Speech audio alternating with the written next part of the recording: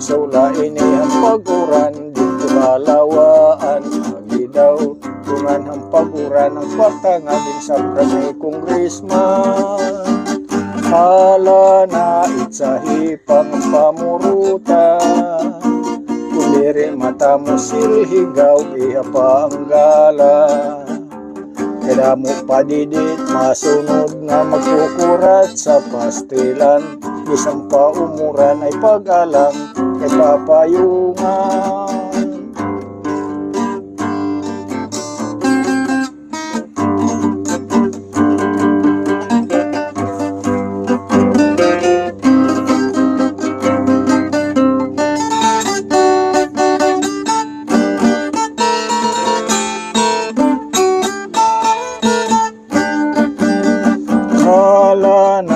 sa hipang pamuruta kaliri mata mo silhigaw iha pa ang gala kada mo padidit masunod na magkukurat sa pastilan bisang paumuran ay pag-uran kay papayungan pirmiha ngan sunod-sunura kay bangon mahulo si kapitan ug himayura pangailahit era pagsayaw ug pamot sa istora ay ahay bisang paumuran ay pag-alang kay papayungan kaya mo padidit masunod nga magkukurat sa pastilan bisang paumuran ay pag-alang kay papayungan.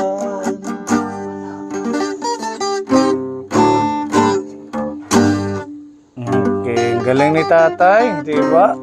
Palakpakan muna natin si tatay. Tatay Floro ng Dolores, nakaka-amaze ang kanyang talento sa paggigitara. Thank you po sa napakagandang mga tinugtog niyo sa amin. Galing niya ka po ni. Buti na lang nadalhan natin ng kwerdas. Tatay, isang ano to, isang set. Ano na lang pag naputol yung iba, halimbawa kung masira, nandito naman sila Apoy Tali, yung mga kapatid niya. Kayo na lang po yung mag-set, si Nanay Rosa magaling eh. Oo. Bali ano to, kumpleto na. Meron siyang... May bordong. Ha? Ito nga ba kala set bordong? Bordong? Bordong. Oo, ito. Bahaw. Ito makapal. Number 6 yung makapal. Ito lang ito. Number 5, number 4, number 3. Number 5 meron tayo. Number 4. Number 4. 3. Tapos ito number 3 at number 1. Yung number 2 yung pinalit natin. So isang set po ito. Itabi nyo lang ha. Para pag halimbawa man maputol ulit yung ibang number, hindi may stop yung pagtugtog ni Tatay Floro. Iya, kapti. Ang galing niya, Nanay Tali, ano? Siya may permit man sir. Ganun talaga siya. Okay, hanggang tayo Dati lang yun, sir. Dati lang siyang marunong mag-gitara. Sabi nga ni tatay, nung lumalaki na siya, ano kaya si Floro kung igawa ko ng yung ukulele, diba? Yung maliit. Ukulele, oo. So, ginawa siya ng tatay ginawa niya. ng tatay ko. Sabi niya, opo do, hawakan mo to. Sana ma-discover siya dito ng mga opisyalis ng Dolores, ng LGU natin. Malay natin mabigyan siya ng pagkakataon na tumugtog dun sa plaza or sa park. 'Di ba? Para kahit papaano meron siyang libangan at saka makalabas-labas, hindi lang yung laging nasa bahay. Apoy Tali. Ay, share ko ka dito. Okay lang. Ha? Kung nasa ibang lugar Kung nasa kayo. ibang lugar kami, malamang may pero dito sa Dolores yung Mapapansin to pag in-upload natin ng mga taga Dolores. kung nasa ibang lugar kami, siguro, sana nga mayroon. Pero dito sa Dolores, huwag na kayong umasa. Bakit naman? Asa lang tayo. May pag-asa Alam ko yung pa. mga tao dito. Meron nga tupad, may akap, may asa. Ah, Diba? Namamahagi ng pera. Hindi Oh. naman.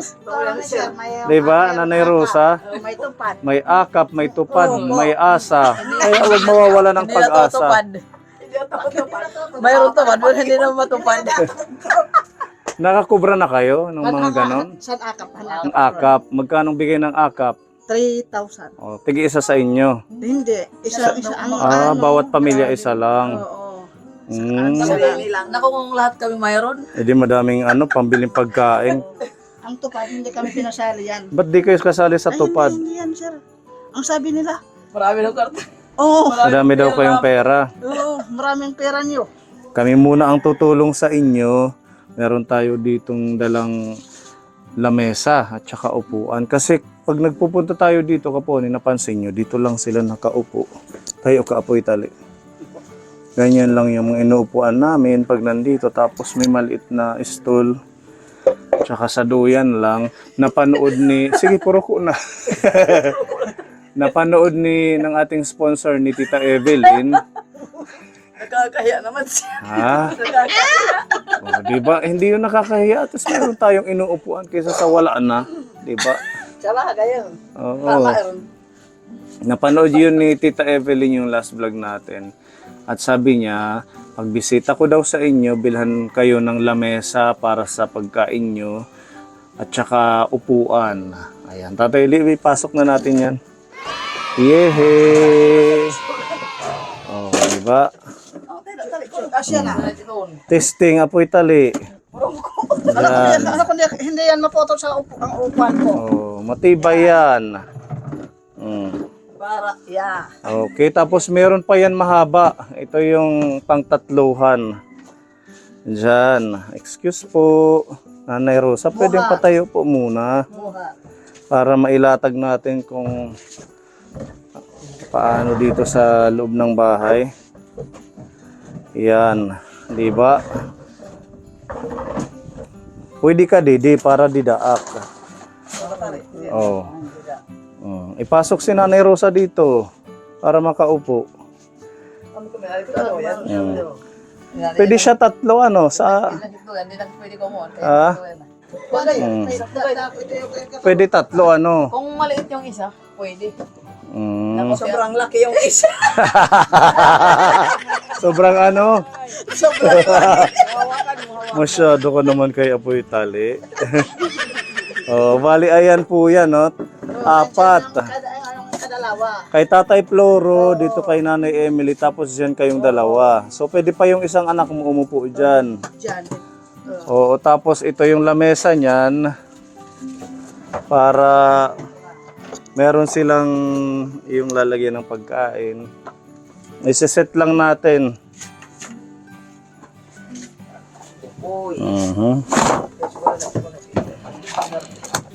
Actually, meron na tayong nabili dito nung nag house blessing. Kaso nilalagyan niyo ng mga gamit kaya hindi nila magamit ng buo. Kay, pag lumalaki yung mga gamit na hindi pwede mabasa. Pag nabaha, yung gamit na dito sa baba lang. Okay. Lalo na yung bigas, hindi na pwede mabasa. Oo. Ito, wag nyo na itong lalagyan ng mga kung ano-ano. Para sa pagkain nyo lang. Oo, sabay-sabay kayong kakain. Hindi kayo mahihirapan pag halimbawa magkakape, di ba, nasa lamesa. Ganito to. Isa-set up lang natin. Pag ganyan yan, di ba? Manmaman halipot, Didi. Okay na yung isa. Inuruan ako doon kasi may mga bumibili daw, ibinabalik. Akala nila hindi pantay, hindi nagpipit. Ito pala siya, dito daw inuuna.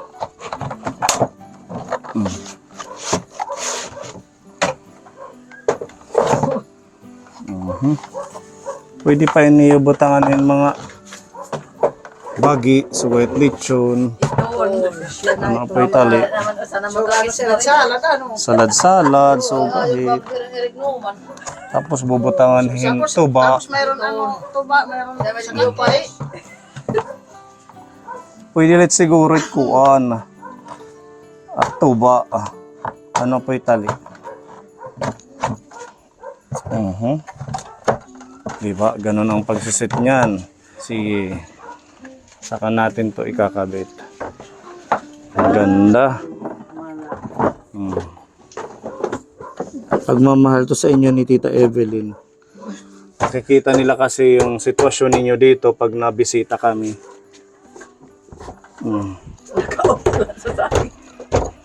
Yung bilog dito. Diyan, yung isa sa baba. Okay, di ba?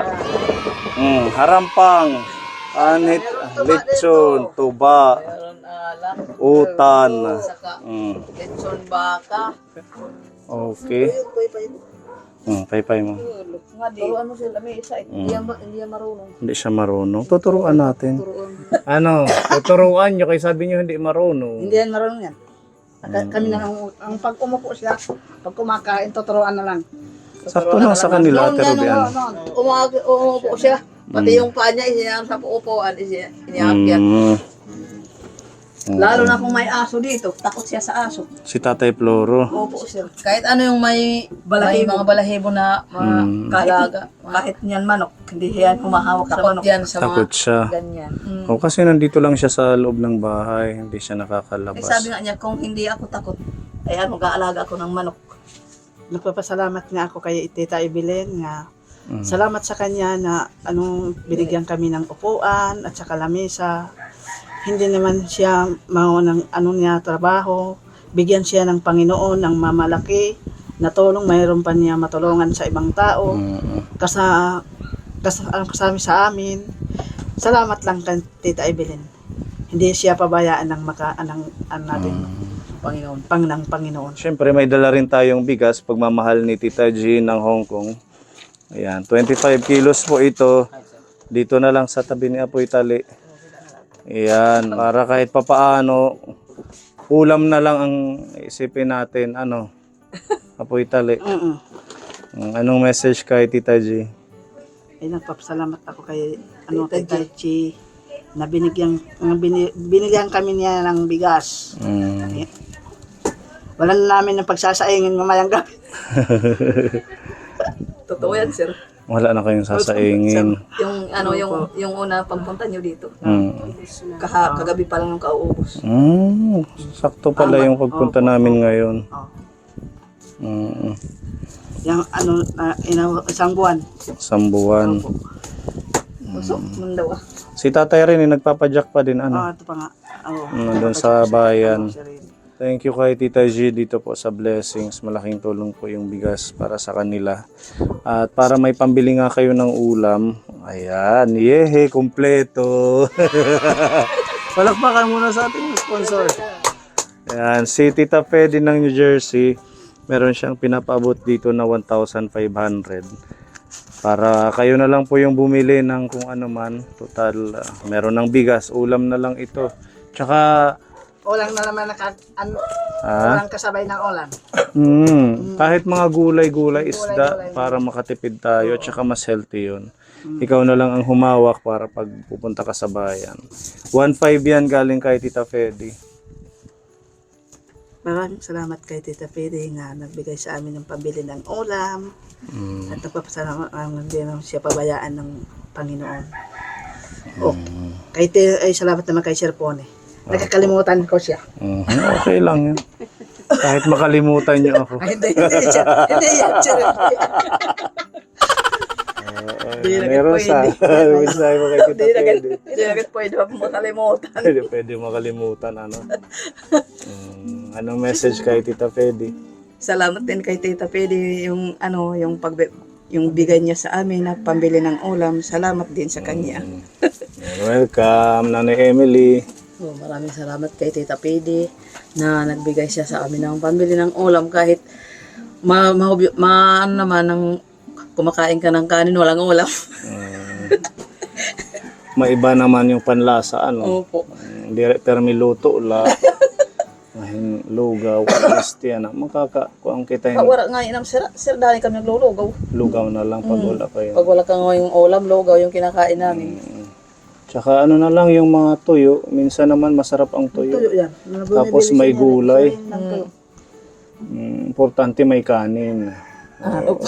Anong sasabihin niyo sa akin? Nahiya yata kayong magsabi. Sige, sabihin niyo na. Si ano na lang yan. Si Nanay Emily. Ang gusto ko, magkaroon kami ng sariling tubig. Kahit puso lang. Bakit saan kayo naigib? Doon sa dinadaanan nyo. Yung may sa highway, kalsada. Malapit sa bodega. Yung hinintuan natin kanina doon. Opo, sir. Ang problema, pag gumawa tayo dito ng puso, di ba, nagre-renta lang kayo ng lupa dito? Pwede naman yan namin dalhin kung umalis na kami. Dadalhin namin. Pwede naman yan dalhin. Tinatanggal lang yan. Pwede ba yun? Pwede ba yun? Pwede yun. Pwede yun. Marami Kahit ng saan ano na kami tumira, hindi namin ihiwalay sa amin kasi bigay na yan. Pati ng bahay, hindi ko hiwalay sa akin. So yun yung wish nyo na magkaroon kayo ng sariling water pump. Puso. Kasi pag yung inaano namin doon, pag umuulan, napapasok niya ng tubig. Ano yan? Hindi naman kami nadudumihan nakakapaglaba, hindi na kami nakakaligo. Ganon. Yung pong malaki ang tubig dyan. Opo, kayo. Isa, halimbawa pag may puso, sabi nyo na baha dito, di ganun din. Hindi, sir. Itataas-taas doon yung ano, Hmm? yung poste. Ilalagyan ng sa kunta, iwan yung balde, timba. Opo. Kagaya to. Hindi nila maano Itataas lang siya. Bisa pareho. Didi. Highland. Okay, sige. Halimbawa man magkaroon tayo ng pondo dyan, i-inform na lang namin kayo. Pero sa ngayon, tiis-tiis muna sa pag-iigib. Baka sakaling...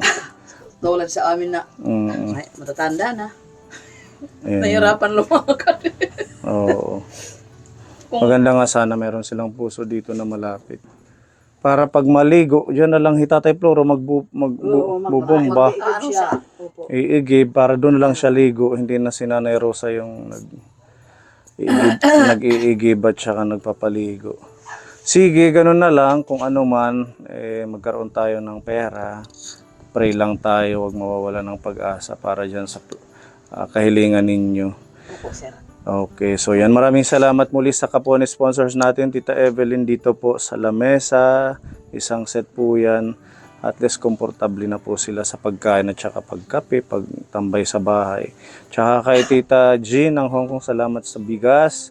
At kay Tita Fedy sa pambili ng ulam nila. Yan kapwa ni. Maraming salamat at God bless po sa ating lahat.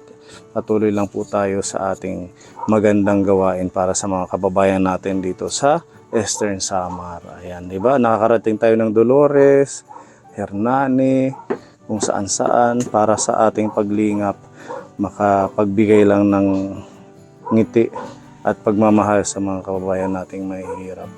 Ayan, God bless po. Bye-bye. Bye-bye. Thank you. God bless po. Siguro nyo to. I-fix nyo to sa isang lagayan para hindi nakakaharang. Siguro dito, Mamaya na lang. kayo na lang ang magsiset Kami na lang naman. O kasi kung nasa gitna, wala nang daanan. Apoy tali. Para pag nagpiesta, Haharangin ko ng daanan ko. ha? Haharangin ko yan pag walang dumadaan. Para pag nagpiesta, may lagayan ng mga adobo, pansit, Kalitson. lechon. At saka preto na manok. Okay, God bless po. Thank you. Libre. Tabi-tabi may sasakyan. Oh, sige. Libreng lollipop. Huwag magtutulakan, huwag magtutulakan. Tabi muna, tabi.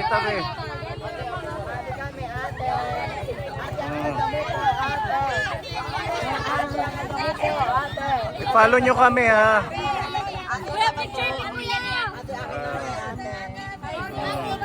Dahan-dahan, lahat mabibigyan, huwag magtulakan. Tita Joyce, thank you sa lollipop.